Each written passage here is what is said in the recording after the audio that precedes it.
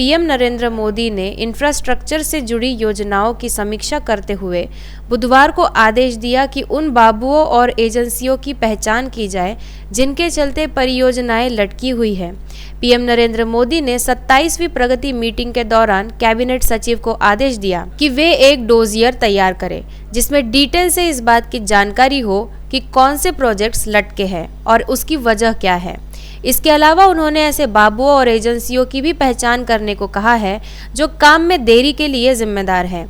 PM ने इस meeting में national highway authority of India के अधिकारियों को आदेश दिया कि इस पर काम 15 अगस्त 2023 तक पूरा हो जाना चाहिए। इसे दिल्ली का तीसरा रिंग रोड भी कहा जा रहा है। NHAI के मुताबिक 75.71 किलोमीटर के इस प्रोजेक्ट से दिल्ली के द्वारका से दिल्ली चंडीगढ़ हाईवे के बीच कनेक्टिविटी आसान हो जाएगी।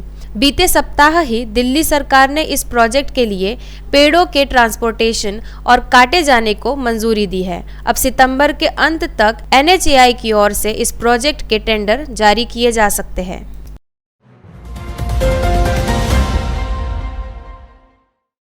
एक तरफ कोरोना की तीसरी लहर की आशंका जताई जा रही है, लोगों को सावधान और सतर्क रहने के लिए कहा जा रहा है, वहीं केंद्र सरकार की नई ट्रैवल एडवाइजरी में छूट को और बढ़ा दिया गया है। इसमें कहा गया है कि यात्रियों को कोरोना टेस्ट की निगेटिव रिपोर्ट से छूट देनी चाहिए। जिन लोगों ने कोरोना वैक्सीन की दोनों डोज लगवा ली है और दूसरी डोज को लगे हुए 15 दिन हो गए हैं, उनसे RT-PCR और रैपिड टेस्ट रिपोर्ट न मांगी जाए। इससे लोगों को हवाई, सड़क और रेल मार्ग से यात्रा करने में परेशानी नहीं होगी।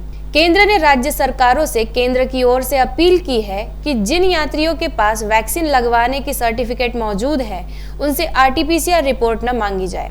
वही जो लोग यात्रा की तारीख से 14 दिन पहले कोरोना संक्रमित होकर ठीक हुए हैं, उन्हें भी यात्रा में छूट देनी चाहिए। स्वास्थ्य मंत्रालय की ओर से कहा गया है कि केंद्र सरकार की ओर से यात्रा के लिए कोरोना टेस्ट की अनिवार्यता को हटाया गया है। यह भी कहा गया है कि अगर किसी राज्य ने अपने स्तर पर ऐसा नियम बनाया हुआ है तो उसकी सूचना देते रहे।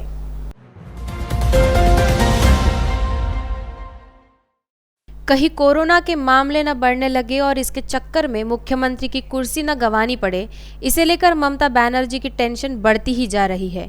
जैसे जैसे 6 महीने वाली मियाद नजदीक आती जा रही है, ममता बनर्जी की धड़कनें तेज होती जा रही है। यही वजह है कि TMC जल्द से जल्द राज्य में उपचुनाव चाहती है। तृणमूल कांग्रेस यानी TMC का एक प्रतिनिधि मंडल राज्य में उपचुनाव कराने की मांग को लेकर आज फिर निर्वाचन आयोग से मुलाकात करेगा। प्रतिनिधि मंडल में सौगत रॉय, सुखेंदु शेखर रे, जवाहर सरकार, सजदा अहमद और महुआ मोइत्रा सहित 5 सांसद होंगे। प्रतिनिधि मंडल चुनाव आयोग से राज्य में जल्द से जल्द उपचुनाव कराने का अनुरोध करेगा। वे चुनाव कराने पर पार्टियों के विचार जानने के लिए चुनाव आयोग के पहले के पत्र का लिखित जवाब भी देंगे। बता दें कि पश्चिम बंगाल में उपचुनाव कराने के लिए इससे पहले भी तृणमूल कांग्रेस के नेताओं का दल चुनाव आयोग की दौड़ लगा चुका है। राज्य में 7 सीटों पर उपचुनाव होने हैं और माना जा रहा है कि ममता बनर्जी खुद भवानीपुर सीट से चुनाव लड़ेगी।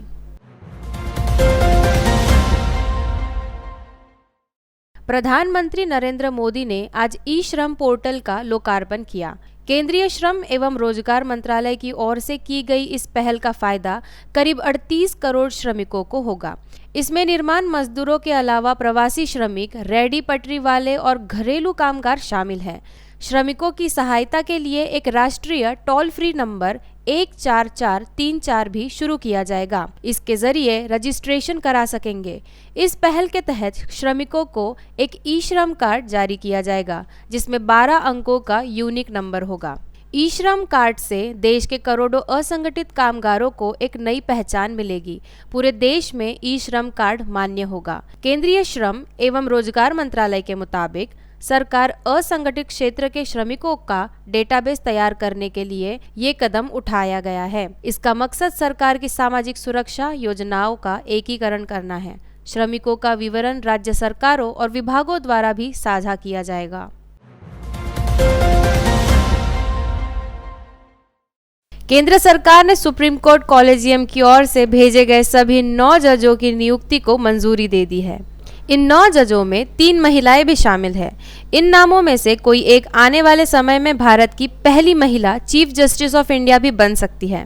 कॉलेजियम ने जिन नामों की सिफारिश की है उनमें कर्नाटक हाईकोर्ट की जस्टिस बीवी नगरत्ना, तेलंगाना हाईकोर्ट की चीफ जस्टिस हिमा कोहली, गुजरात हाईकोर्ट की जस्टिस बेला त्रिवेदी के नाम भी है। बाकी नामों में जस्टिस अभय श्रीनिवास ओका, विक्रम नाथ, जितेंद्र कुमार माहेश्वरी, सीटी रवि कुमार और MM सुंदरेश शामिल है। मौजूदा समय में सुप्रीम कोर्ट में 24 न्यायाधीश हैं। 9 जजों की नियुक्ति के बाद भी शीर्ष न्यायालय में एक पद खाली रहेगा। खबर के मुताबिक केंद्र सरकार ने कॉलेजियम की तरफ से दिए गए सभी 9 नामों पर मंजूरी दे दी है। सिफारिश किए गए नामों में से जस्टिस नगरत्ना भारत की पहली महिला चीफ जस्टिस बन सकती है। सुप्रीम कोर्ट में कॉलेजियम में CJI NV रमना और justice Uday U Lalit, AAM Khanwilkar, Dhananjaya Y Chandrachud और L नागेश्वर राव शामिल थे।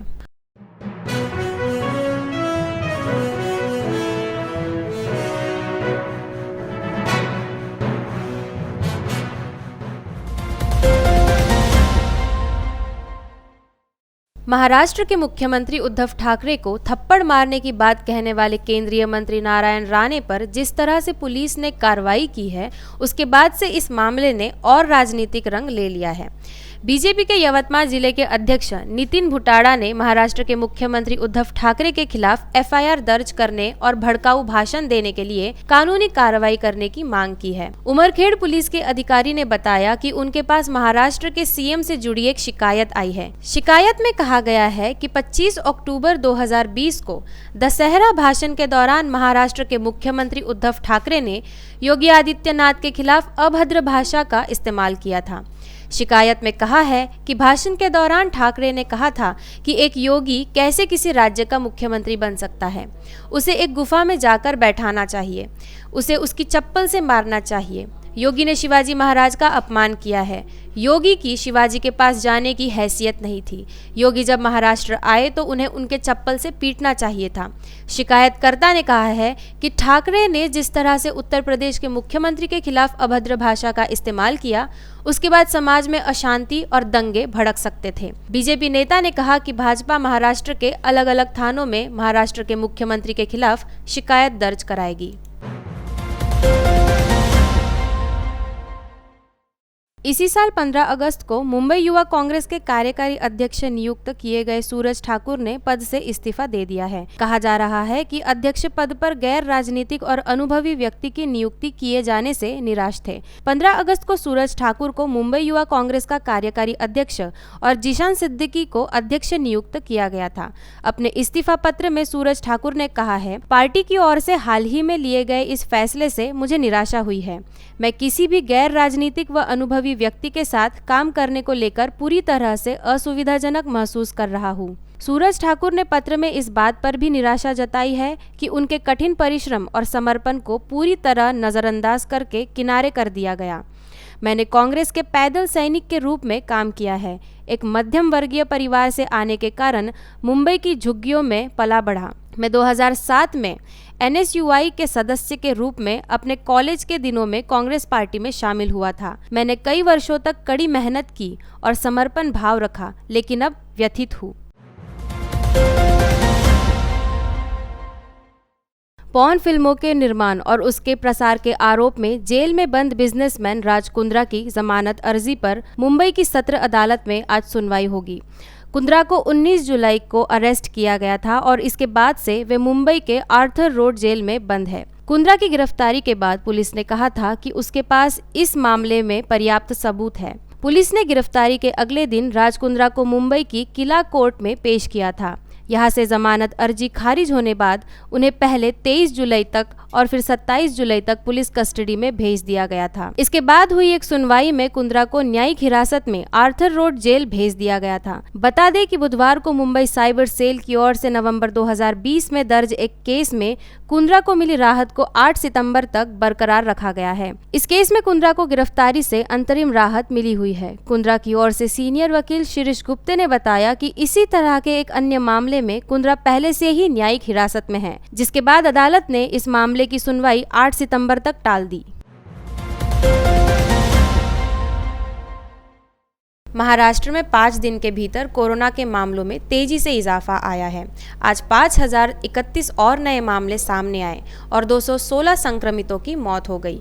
इससे पहले 21 अगस्त तक संक्रमितों की संख्या 5000 से कम आ रही थी। 17 अगस्त को राज्य में संक्रमण के 4355 नए मामले सामने आए थे और 119 लोगों की मौत हुई थी।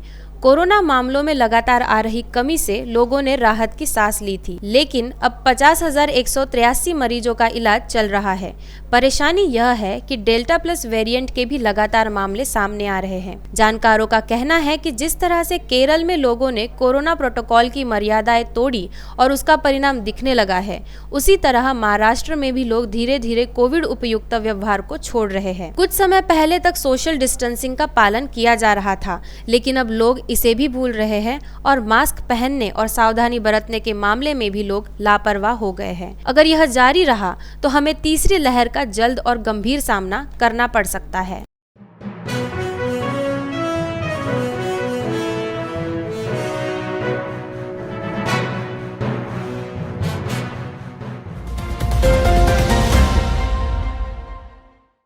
केंद्रीय मंत्री नारायण राणे को गिरफ्तारी के बाद जमानत मिल गई है, लेकिन इस गिरफ्तारी ने महाराष्ट्र की राजनीति में बवाल खड़ा कर दिया है। शिवसेना और बीजेपी की तरफ से जुबानी जंग लगातार जारी है। मुख्यमंत्री उद्धव ठाकरे के करीबी और शिवसेना के सांसद संजय राउत ने नए सिरे से नारायण राणे पर हमला बोला है।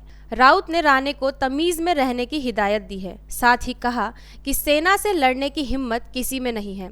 राउत ने कहा कि नारायण राणे एक केंद्रीय मंत्री है, उन्हें मौजूदा मुख्यमंत्री के खिलाफ असंसदीय भाषा का प्रयोग नहीं करना चाहिए। अगर कोई अभद्र भाषा का इस्तेमाल करता है और कहता है कि मैं प्रधानमंत्री नरेंद्र मोदी को थप्पड़ मारूंगा, तो वे उस व्यक्ति पर देशद्रोह के आरोप लगाएंगे। यही बात राणे पर भी लागू होती है, जिन्होंने एक मुख्यमंत्री के खिलाफ इसी तरह की भाषा का इस्तेमाल किया। प्रोटोकॉल और मर्यादा की बात करें तो मुख्यमंत्री भी प्रधानमंत्री के बराबर होता है, इसीलिए राणे को अपनी गलतियों से सीखना चाहिए। एक सांसद और केंद्रीय मंत्री होने के नाते उन्हें पता होना चाहिए कि क्या बोलना है और कैसे बात करनी है। तालिबान का क्रूर चेहरा बदला नहीं, वह लाख बहाने बनाए लेकिन करतूत उसे आईना दिखाने के लिए काफी है। तालिबान के लड़ाकों ने एक चैनल के जर्नलिस्ट जियार याद को रिपोर्टिंग के दौरान जमकर पिटाई की। पहले उनकी हत्या की खबर आई थी। चैनल का कहना है कि जियार और कैमरामैन काबुल के हाजी याकूब इलाके में गरीबी और बेरोजगारी के संकट पर रिपोर्टिंग कर रही थी। इसी दौरान तालिबानी आतंकियों ने हमला किया। खुद जियार याद खान ने ट्वीट में लिखा कि रिपोर्टिंग के दौरान मुझे काबुल के न्यू सिटी में तालिबानी लड़ाकों ने पीटा था। मेरे साथी की भी पिटाई की, हमारे फोन, कैमरे, तकनीकी उपकरण भी छीन लिया। कुछ लोगों ने मेरी मौत की खबर फैला दी है जो झूठी है। यह घटना ऐसे समय में हुई है जब तालिबान ने भी लोगों के लिए आम माफी का ऐलान किया है। इससे साफ है कि तालिबान भले ही दुनिया के सामने सुधरने और उदार होने का दावा कर रहा हो, उसका असली चेहरा अभी भी क्रूर और घिनौना है। इससे पहले तालिबान के लड़ाकों ने कंधार में पुलित्जर पुरस्कार विजेता भारतीय फोटो पत्रकार दानिश सिद्दीकी की गोली मारकर हत्या कर दी थी। कंधार शहर के स्पिन बोल्डक जिले में अफगान सैनिकों और तालिबान के बीच संघर्ष को कवर करते समय उन्हें तालिबान के लड़ाकों ने कई गोलियां मारी थी।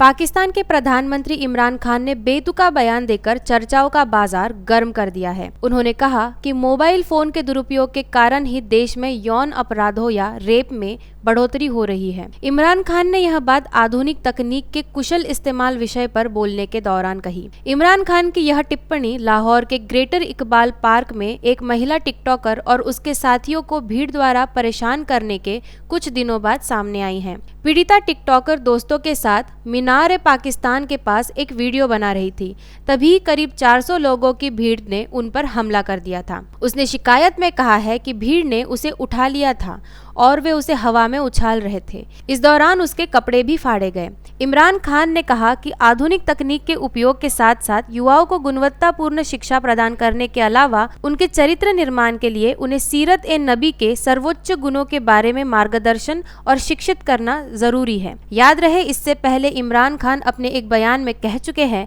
कि महिलाओं के छोटे कपड़े मर्दों को उकसाते हैं। इमरान खान के इस बयान के बाद काफी विवाद भी खड़ा हुआ था।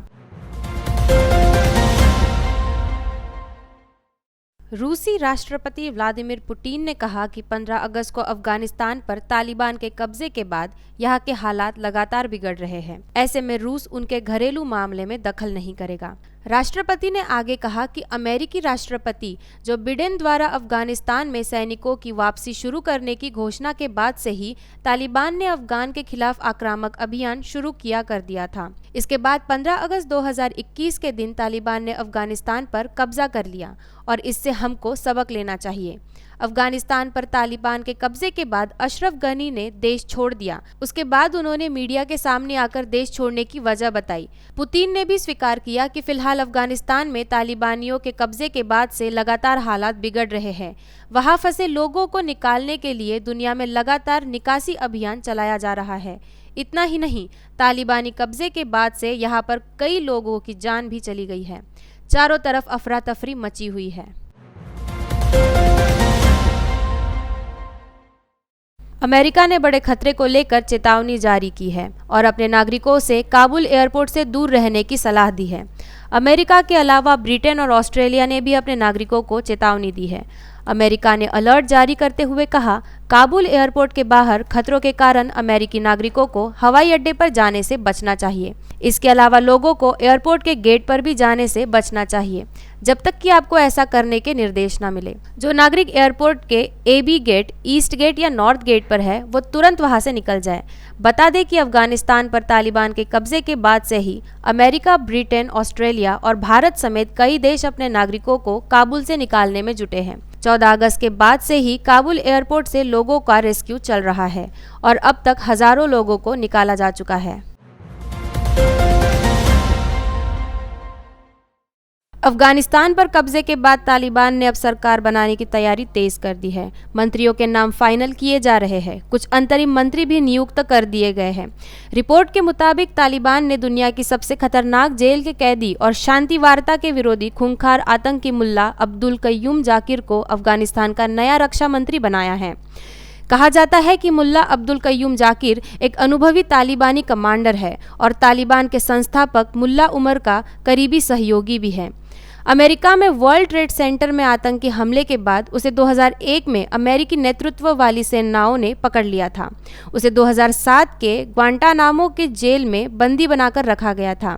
बाद में उसे रिहा कर दिया गया और अफगान सरकार को सौंप दिया गया। ग्वांटानामो खाड़ी अमेरिकी सेना की एक हाई सिक्योरिटी जेल है जो क्यूबा में स्थित है।